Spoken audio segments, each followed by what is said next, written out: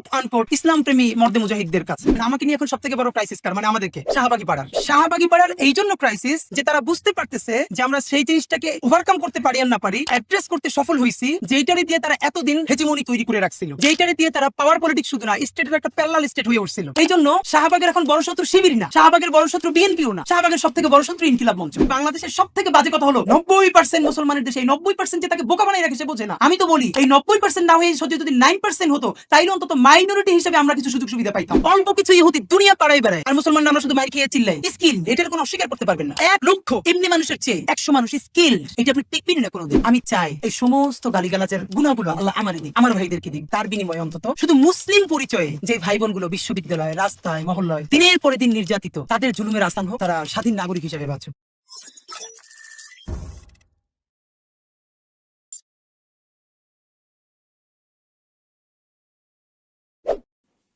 প্রথমত হলো আপনারা একটু কষ্ট পেতে পারেন আমার আলাপে, কারণ আমি জানি যে এখানে অডিয়েন্স গ্রুপ কারা, আর এই অডিয়েন্স গ্রুপের সাথে আমার চেহারা সুরতের একটা মিল থাকার কারণে আপনারা আমার অনেকে জাত ভাই মনে করেন। তো আমি আপনাদের কদ্দুর জাত ভাই এটাকে আমার একটু ক্লিয়ার করে নেওয়া দরকার। আশা করি এরপর আমি হয়তো আর মুসলিম মানুষ থেকে কোনো দাওয়াতও পাবো না, এরপরও বলতে আমার দ্বিধা নাই। হ্যাঁ, প্রথমত হলো যেমন আমার খুব ভালো লাগতো এখানে কিছু নারী পার্টিসিপেন্ট থাকা দরকার ছিল।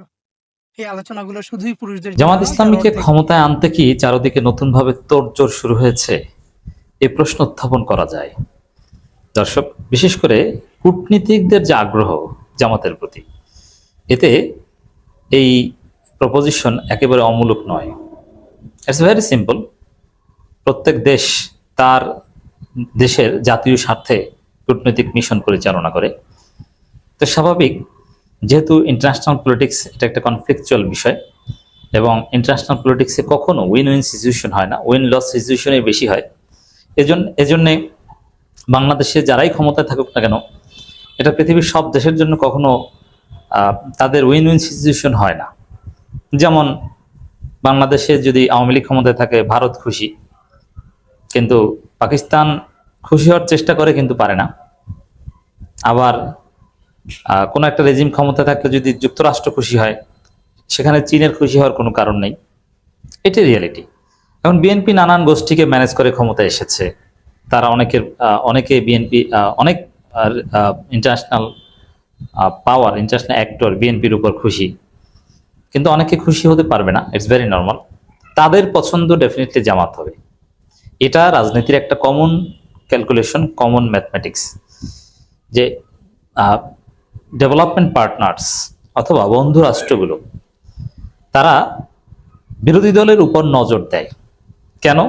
যে তারা মনে করে যে এখন যে রেজিম আছে তারা ক্ষমতায় থাকলে এটা আমাদের জাতীয় স্বার্থের জন্য সুইটেবল নয়, কন্ডিউসিভ নয়। এখানে যদি বিরোধী দল থাকতো তাহলে মনে হয় ভালো হতো।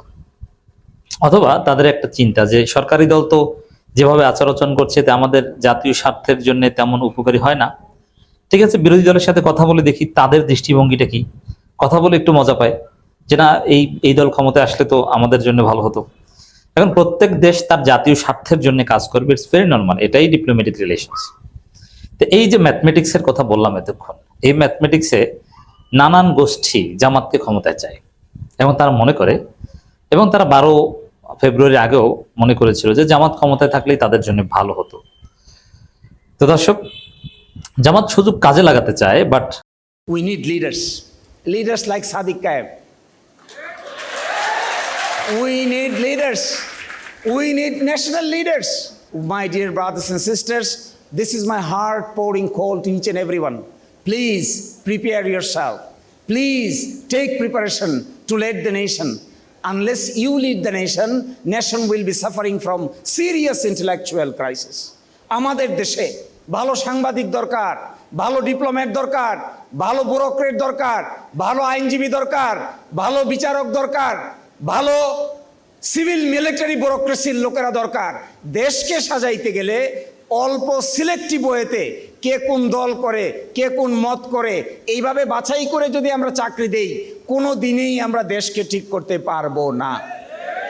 Bangladesh needs talented people. 56 years old Bangladesh is suffering from leadership crisis in all aspects. crisis in diplomacy, crisis in intellectual people, crisis in civil bureaucracy, crisis in military bureaucracy, and crisis in each and every sector of the society. You, the younger brothers and sisters, you are the ultimate raw material who can fulfill the intellectual crisis of the nation. বাংলাদেশের জন্য সবচাইতে গুরুত্বপূর্ণ কাজ করার মতো যারা আছে তারা হলো তোমরা। কিন্তু এই দেশ ঠিক করা যাবে না যদি ট্যালেন্টেড অনেস্ট পিপল পাওয়া না যায়। এই দেশের সামনে সবচাইতে বড় প্রবলেম হলো যারা ট্যালেন্টেড তাদের একটা বড় অংশ করাপ্ট। এই করাপশন এবং ট্যালেন্সির একসাথে যেখানে সংযোগ হবে না সেখানে বাংলাদেশকে নিয়ে মাথা উঁচু করে দাঁড়ানো যাবে না। I am requesting you, we need diplomats. আমি দেখেছি আমাদের দেশের ডিপ্লোম্যাটরা ওয়াশিংটনে যায়, ওয়াশিংটনে গিয়ে ঘুরে ফিরে বিল্ডিং দেখে সমুদ্রের বাতাস খায়, আর যে কাজে গিয়েছে সেই কাজের খবর নাই, বাতাস খেয়েতে আস্তে করে শপিং করে বাংলাদেশে চলে আসে। আমাদের দেশের ব্যুরোক্রেটসরা যারা বিদেশের সঙ্গে আমাদের নেগোশিয়েট করতে যায়, তারা নেগোসিয়েশন ভালো করে করতে না পারার কারণে পাহাড়ে ঘুরে, পর্বতে ঘুরে, ওয়াইফের জন্য বাজার করে, বাচ্চাদের জন্য বাজার করে, আসার সময় তারা কেরিয়ার ভরে বাজার ভর্তি নিয়ে আসে। আর দেশের জন্য কি নিয়ে আসলা? What is your diplomatic skill? What did you earn when you were talking with the Indian people, when you were sitting with the American people, Western people, UK people, foreign people? তখন question আসে কোন ডিপ্লোম্যাটের চাইতে বেশি skill আছে। আমাদের দেশের ডিপ্লোমেসিতে এখনো আমরা এই ধরনের স্কিলফুল ডিপ্লোম্যাট প্রস্তুত করতে পারি নাই। একইভাবে আমি দেখেছি সিভিল ব্যুরোক্রেসিতে যাও, সচিবালয়ে যাও, ঢাকা বিশ্ববিদ্যালয়ে পাশ করা, চট্টগ্রাম, রাজশাহী বিশ্ববিদ্যালয়গুলোতে পাশ করে যারা সচিবালয়ে চাকরি করছে, ব্যুরোক্রেসির কারণে আর আমলাতান্ত্রিক জটিলতার কারণে বাংলাদেশের মানুষের কাঙ্ক্ষিত সংস্কার করা সম্ভব হচ্ছে না। এখন আমি তোমাদেরকে একটা রিকোয়েস্ট করব।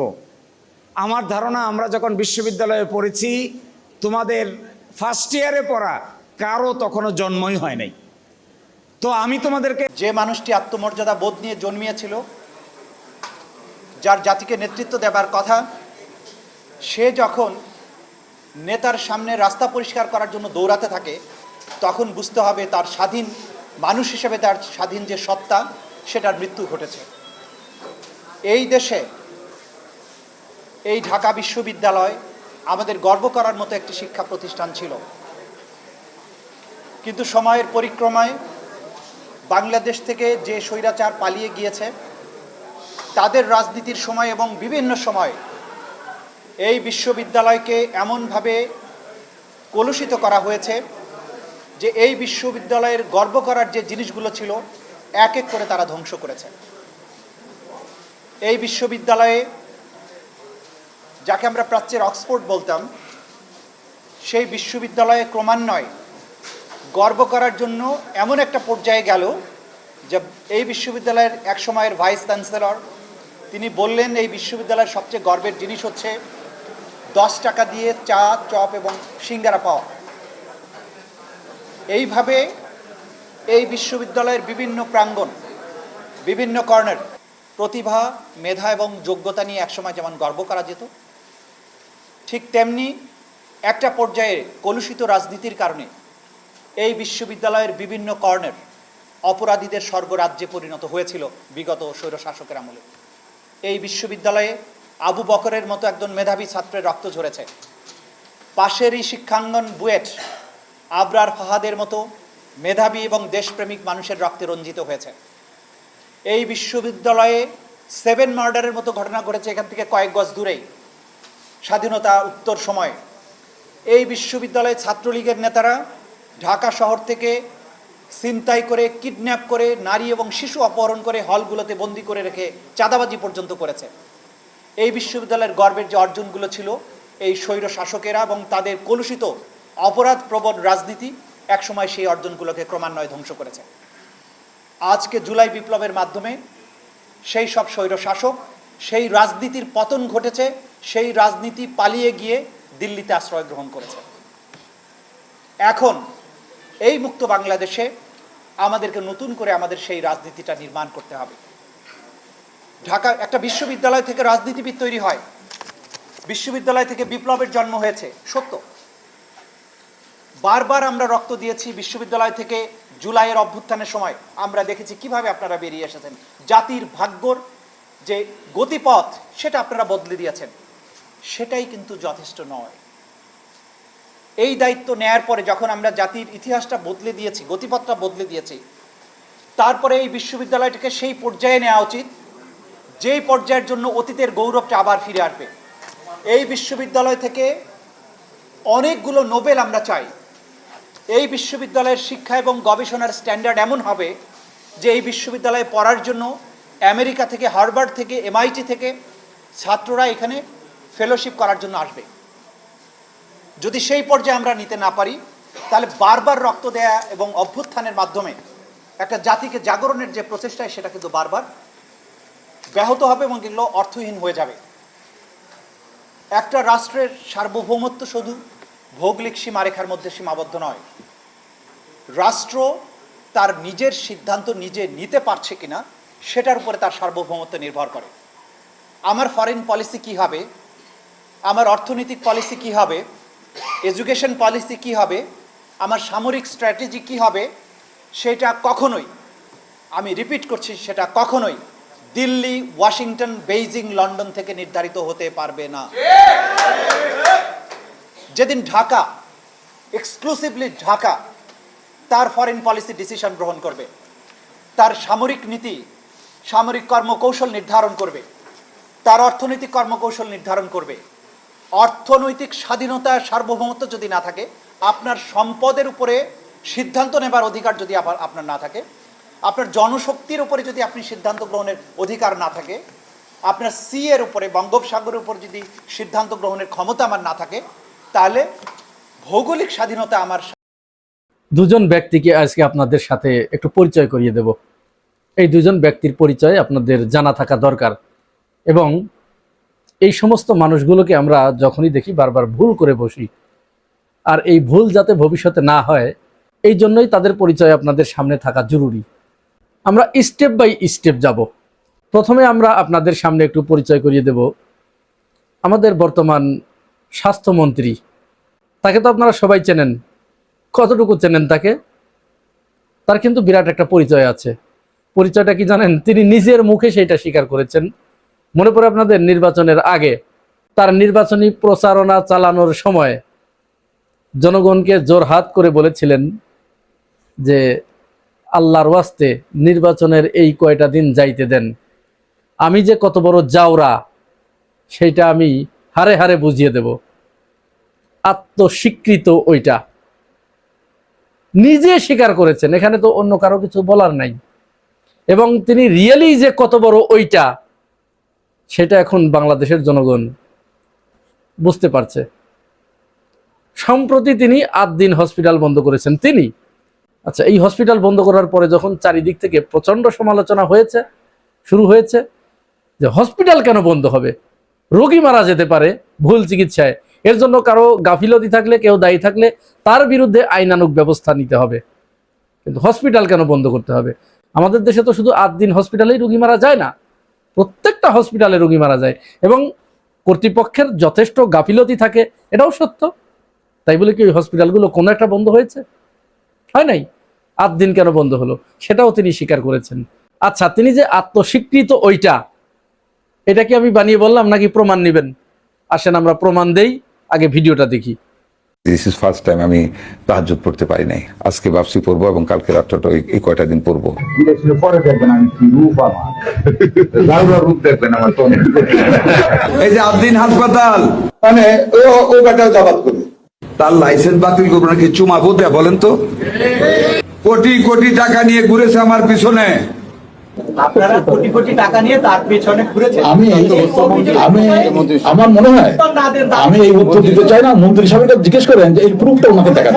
যেটা নাক দিয়ে মুখ দিয়ে সারি, এটা কার্বন ডাইঅক্সাইড বিষাক্ত, সব মরে যাবে। আমি যখন টয়লেটে যেতাম বই সাথে নিয়ে যেতাম, আমি যে আনারি ডাক্তার না, আমিও তো বুঝতাম যে বাচ্চা তো মুক্ত বাতাসে এসে ভালো হয়েছে, তার মানে ওইখানে অক্সিজেন পায় নাই। যে আমরা কিন্তু ভেন্টিলেশনের যে কার্বন ডাইঅক্সাইড লেভেল যেটা থাকার কথা, সেই কার্বন ডাইঅক্সাইড লেভেলে এখনো যারা এক্সপার্ট তারা মনে করেন না, এটা আমার কথা বলছেন, তারা মনে করেন না যে এই কারণে শিশুর মৃত্যু হতে পারে। কথা বলো আর যাই করুক, বাতিল করছি তো করছি। এই ভিডিওতে তিনি কি বলেছেন, কয়েকটা বিষয় কিন্তু বলেছেন। প্রথমে তিনি বলেন আমার জীবনে কোনোদিন তাহাজ্জুদ বাদ যায় নাই। এর আগে তাহাজ্জুদের কথা কে বলতো? কোনোদিন তাহাজ্জুদ বাদ যায় নাই ওই যে নারায়ণগঞ্জের কে যেন পালিয়ে গেছে এখন, তার নাকি কোনোদিন তাহাজ্জুদ বাদ যায় না এবং তার নেত্রীরও কোনোদিন তাহাজ্জুদ বাদ যায় নাই। তো তাহাজ্জুদ বাদ যায় নাই, তাই যদি এই অবস্থা হয়, বাদ গেলে কি অবস্থা হতো রে ভাই। এরপরে তিনি প্রথমেই শুরু করলেন ৮ দিন দিয়ে। আর ৮ দিন কেন বন্ধ করলেন সেটাও তিনি পরিষ্কার করে বললেন যে ও শালা জামাত। আইনজীবী, ইসলামী ছাত্র শিবিরের কেন্দ্রীয় সহ আন্তর্জাতিক বিষয় সম্পাদক জিসান মিয়াকে গুম করার পরে, গুমের নাটক সাজানোর পরে ওনারা একটা মেয়েকে দিয়ে একটা অধর্ষণের অভিযোগে একটা মামলা চালাইছে। সেই মামলায় আজকে যে ওনাকে হসপিটাল থেকে আদালতে আনছে, আনার পরে যেই নিয়ম অনুযায়ী হলো সামনে দিয়ে ওনাকে জিআরও শাখা নিবে, জিআরও শাখা থেকে ওনাকে প্রডিউস করবে ম্যাজিস্ট্রেটের কাছে। ম্যাজিস্ট্রেটকে 409 নম্বর সিনিয়র জুডিশিয়াল ম্যাজিস্ট্রেট তৈয়ব স্যারের রুমে গিয়ে যখন আমরা গিয়ে দেখছি সেখানে কোনো আসামি নাই। দাউদকান্দি জিআর আমলি মামলা তৈয়ব স্যারে করে 409 নম্বর রুম। সেখানে গিয়ে আমরা চিফে গেছি, চিফ জুডিশিয়াল ম্যাজিস্ট্রেটের সাথে সরাসরি কথা বলেছি, আমরা দেখা করতে চাইছি। উনি বলছে যে আপনারা নিচে গিয়ে যোগাযোগ করেন। আমরা কুমিল্লার সিনিয়র জুডিশিয়াল ম্যাজিস্ট্রেট কোর্টের প্রায় সকল কক্ষ চেক করেছি, ওনাকে নাই। ওনাকে কি করা হয়েছে, এই চিফ জুডিশিয়াল ম্যাজিস্ট্রেটের সংরক্ষিত জায়গা যেদিক দিয়ে আমাদের সিনিয়র জাজরা ম্যাজিস্ট্রেটরা যান, ওই দিক দিয়ে ডিবি এবং পুলিশ গোপনে একটি কক্ষে রাখা হয়েছে। আমাদের ধারণা ওনাকে 164 করানোর জন্য চাপ দিয়ে ওনাকে সাংবাদিক এবং আইনজীবীদের মুখে আড়াল করে ওনাকে নেওয়া হয়েছে। আমি আপনাদেরকে আপনারা প্রশ্ন করেন প্রশাসনকে যে আসামি জিসানকে করে আনা হলো, কিন্তু আমরা দেখলাম না সে আসামি কোথায়। আপনারা প্রশ্ন করেন প্রশাসনকে। আমাদের ন্যায় বিচার চাই। আমরা চাই যে হ্যাঁ, অধিকার নাই, কোনো অধিকার নাই পিছন দিয়ে নেওয়া, ওনাকে সামনে দিতে হবে। এবং সেই খাস কামরায় কোনো সরকারি ব্যক্তি থাকতে পারবে না। জিসানের পরিবার বা আপনারা যারা আইনজীবী আছেন আপনাদেরকে জানাইছে কিনা আদালতে আনছে? না, আমাদেরকে কেউ জানা নাই, কোনো প্রশাসন থেকে জানানো নাই। আমরা শুনছি কারণ আমাদের হসপিটাল থেকে আমাদের আসামি রিলিজ করা হয়েছে এবং যেই গাড়িতে ওনাকে রাখা হয়েছে সেই গাড়িতে আসামি নাই, ব্ল্যাক গাড়িতে। ওনাকে অন্য গাড়িতে করে এনে গোপনে চিফ জুডিশিয়াল ম্যাজিস্ট্রেট ভবনের পিছন দিয়ে খাস কামে নেওয়া হয়েছে। ভাই আপনি বলছিলেন জোর করে 164 নেই আরেকটা পায়তারা হচ্ছে, এটা কি আসলে সত্যি কিনা? হ্যাঁ, এটাই সত্য। না হলে ওনারা কেন আসামিকে গোপন করলেন? কোর্টে আসামি হলেন কিন্তু প্রডিউস করার জন্য আমরা কাউকে দেখলাম না। এবং যেই ম্যাজিস্ট্রেট কোর্টে ওনাকে প্রডিউস করার কথা সেই কোর্টে ওনাকে প্রডিউস করা হয় নাই। আমরা সেই কোর্টে গিয়েছি এবং চিফ জুডিশিয়ালও গিয়েছি, সেখানে ওনাকে প্রডিউস করা হয় নাই। আপনি বলছিলেন যে মামলা মূলত দিয়েছে কারা তার বিরুদ্ধে জোর করে বলছিলেন যে? হ্যাঁ, আমরা বলতেছি যে এখানে ওনাকে গুম করানো হয়েছিল। গুম করার পরে যখনই ওনাকে লাকসামে প্রশাসনের লোকজন ফেলে আসছে, সেই প্রশাসনের লোকজন পাওয়ার পরে ঠিক কিছুক্ষণ পরে গিয়ে একটা মেয়েকে দিয়ে উনি একটা মামলা করলেন। এই গুমের নাটক কিনা সেটা আমরা আদালতের কাছে চাই। আদালতে নিষ্পত্তি হবে, আদালতে প্রমাণিত হবে এটা আসলেই কোনো ধর্ষণের কেস নাই, গুমের নাটক ছিল। সেটা আমরা আদালতের উপর ছেড়ে দিয়েছি। আদালতের উপর আমাদের বিশ্বাস আছে। এখানে আরেকটা বিষয় আছে। আমরা যখন শুনলাম আসামি জিসানকে কুমিল্লা মেডিকেল কলেজ হসপিটাল থেকে বিজ্ঞ আদালতে চালান দেওয়া হয়েছে, চালান দেওয়ার পরবর্তী সময়ে আসামির আত্মীয় স্বজন, আমরা যারা বিজ্ঞ আইনজীবী এবং আমাদের প্রিয় সাংবাদিক বন্ধুগণ, আমরা এখানে অপেক্ষারত ছিলাম। পরবর্তীতে দীর্ঘ 2 ঘন্টা অপেক্ষারত থাকা অবস্থায় আমরা যখন দেখেছি প্রশাসনের গাড়ি নিয়ে জিসানকে আনা হয়েছে, আমরা সবাই যখন সামনে দিকে এগিয়েছিলাম তখন প্রশাসন গাড়িগুলো টার্ন করে আমাদের বিজ্ঞ চিফ জুডিশিয়াল ম্যাজিস্ট্রেট আদালতের বিল্ডিংয়ের পেছন দিক থেকে এই গাড়িগুলো রাখা হয়েছে। পরবর্তীতে আমাদের সন্দেহ হয়েছে যে আসামি জিসানকে বিজ্ঞ আদালতের আইন বিধি বলে যে আমি বিএনপির নেত্রী, আমি দখলে। বিএনপি নেত্রী ব্রিটিশ নাগরিক জেবা আমিন আহমেদ লোভ, ক্ষমতা, প্রতারণা, ক্রাশ আর অনৈতিকতার আরেক নাম। বর্তমানে এক নজিরবিহীন স্ক্যান্ডাল ও আইনি জটিলতার সৃষ্টি হয়েছে তাকে নিয়ে। আর এসব ঘটনায় বিব্রত খোদ বিএনপি। বিভিন্ন সময় নানা নেতিবাচক ঘটনার জন্ম দিয়ে সমালোচিত হওয়া জেবা নিজ জেলা ঝালকাঠি থেকে রাজধানী ঢাকা কোনো স্থানেই নিজের অবস্থান ধরে রাখতে পারেনি। সর্বশেষ নির্বাচনে দলীয় মনোনয়ন চেয়েছিল জেবা, কিন্তু তার নেতিবাচক কর্মকাণ্ডের কারণে দল থেকে মনোনয়ন দেওয়া হয়নি। ব্যক্তিগত নানা অনৈতিক কর্মকাণ্ডে সমালোচিত জেবার সবচেয়ে বড় স্ক্যান্ডাল ছিল 2 স্বামীর ঘর করা। 2005 থেকে 2007 2 বছর একই সঙ্গে দুই স্বামীর ঘর করেছিলেন তিনি, যা ব্যাপক সমালোচনার জন্ম দেয়। এর মধ্যে প্রথম স্বামী, যিনি ছিলেন প্রবাসী, তাকে ভয়ভীতি দেখিয়ে হাতিয়ে নিয়েছিলেন বিশাল অঙ্কের টাকা। এছাড়াও সন্তানকে আটকে রেখে সম্পদ কুক্ষিগত করার চেষ্টার মাধ্যম তাকে বিপর্যস্ত করে রেখেছিল জেবা। ওই সময় হিজড়া নিয়ে সাবেক স্বামীর ফ্ল্যাট দখলের ভিডিও ভাইরাল হয়েছে এবং সমালোচনার জন্ম দিয়েছে। এই নিয়ে তার সাবেক স্বামী বলেন, মেয়ে মার সাথে থাক, আমাকে দেখতে দিতে হবে। জেবার সাবেক স্বামী মোকাররম হোসেন জানিয়েছেন, ক্ষমতার কাজে লাগিয়ে বিএনপির নাম ব্যবহার করে তাকে হুমকি দিয়ে যাচ্ছেন। একই সঙ্গে জেবা এখন চেষ্টা করছে সংরক্ষিত আসন থেকে এমপি হওয়ার। যদি সেটা হতে পারে তাহলে ক্ষমতার বলে কি করবেন এসব ভেবেই যেন আতঙ্কিত সাবেক স্বামী। সে আওয়ামী লীগের নেত্রী হোক, বিএনপি নেত্রী হোক, জামাতের নেত্রী হোক, ইট ইজ ইন্ডিভিজুয়াল। এটা আমার বিরুদ্ধে, এটা পলিটিক্যাল কেন আসবে? আমি ন্যায় বিচার চাই। জেবা আমিনার সীমাহীন লোভ ও অনৈতিকতার শিকার হতে হয়েছে নিজ পরিবারকেও। গুলশান ২ নম্বরের ১০৮ নম্বর রোড অবস্থিত ১৭ নম্বর প্লটটি ছিল তার বাবার রেখে যাওয়া পৈতৃক সম্পত্তি, যা কনকর্ড আতিয়া নামে পরিচিত। অভিযোগ উঠেছে যে প্লটটি ডেভেলপার কোম্পানির মাধ্যমে বহুতল ভবন নির্মাণের পর গত ১৫ বছর ধরে জেবা আমিন ক্ষমতার দাপটে পুরো ভবনের মালিকানা এককভাবে কুক্ষিগত করে রেখেছেন। পৈতৃক সূত্রে পাওয়া তাদের ন্যায্য ফ্ল্যাটগুলো অবৈধভাবে দখল করে রাখা শুধু নয়, বরং ফ্ল্যাটগুলো ভাড়া দিয়ে বিপুল অর্থ তিনি দীর্ঘ ১.৫ দশক ধরে একাই ভোগ করে আসছেন। অভিযোগ রয়েছে জেবা আমিন একটি নির্দিষ্ট ফ্ল্যাট ২ জন পৃথক ব্যক্তির কাছে সুকৌশলে বিক্রি করেছেন এবং উভয় ক্রেতার কাছ থেকে বিক্রয় মূল্যের মোটা অঙ্কের টাকা গ্রহণ করে আত্মসাৎ করেছেন। আরাফাত হোসেন, যুগের চিন্তা।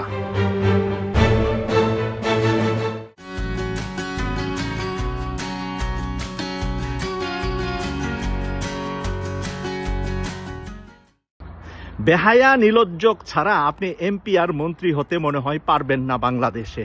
বাংলাদেশের স্বাস্থ্যমন্ত্রী দুদিন আগে বলল যে ৮ দিন হাসপাতাল কোটি কোটি টাকা নিয়ে আমার পিছনে ঘুরেছে, তাদেরকে যেন আমরা লাইসেন্স ক্যান্সেল না করি।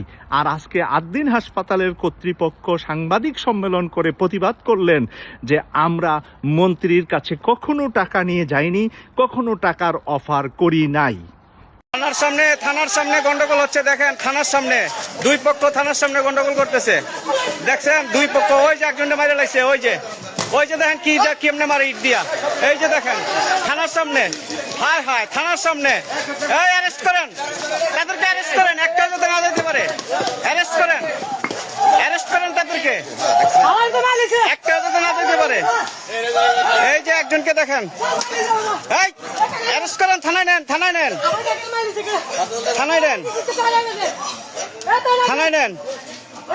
দেখেন অবস্থা দেখেন।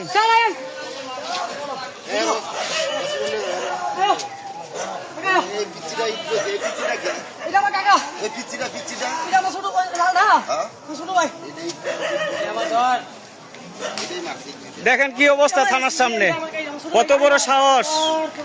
দেশের আইন আজকে কোথায় দেখেন, আইন শৃঙ্খলা বাহিনীকেও মানে না, থানার সামনে এসে থানা। আসসালামু আলাইকুম। ভিডিও দেখার আগেই শিরোনাম থাম্বনেল দেখে আবার বেশি চেতামিতে গেলে হবে না, দেখা শেষ করতে হবে। বিশেষ করে একটা শ্রেণী আছে যারা আমার অপরপক্ষ আর কি, তাদের দেখে আবার নিচে ছ্যাত করে উঠতে পারে। তো ছ্যাত করে ওঠার আগে ভিডিও দেখে শেষ করে তারপরে মন্তব্য করতে হবে বা সিদ্ধান্ত নিতে হবে। প্রথম বিষয় হলো যে ২-৩ দিন আগে ভারতীয় হাইকমিশনার বাংলাদেশে এসেছেন। সেখানে বেনাপোল সীমান্তে তাকে কিছু সাংবাদিক তারা প্রশ্ন করেছে। তাদের মধ্য থেকে একজন সাংবাদিক একটা প্রশ্ন করেছে, সেই প্রশ্নটা আমরা আগে শুনে তারপরে শুরু করি। আমরা ছোট্ট রাষ্ট্র, আপনারা আমাদের পাশে বৃহৎ শক্তি, আপনারা আমাদেরকে লালন পালন করেন। আমাদের দুজনে মিলে শক্তি।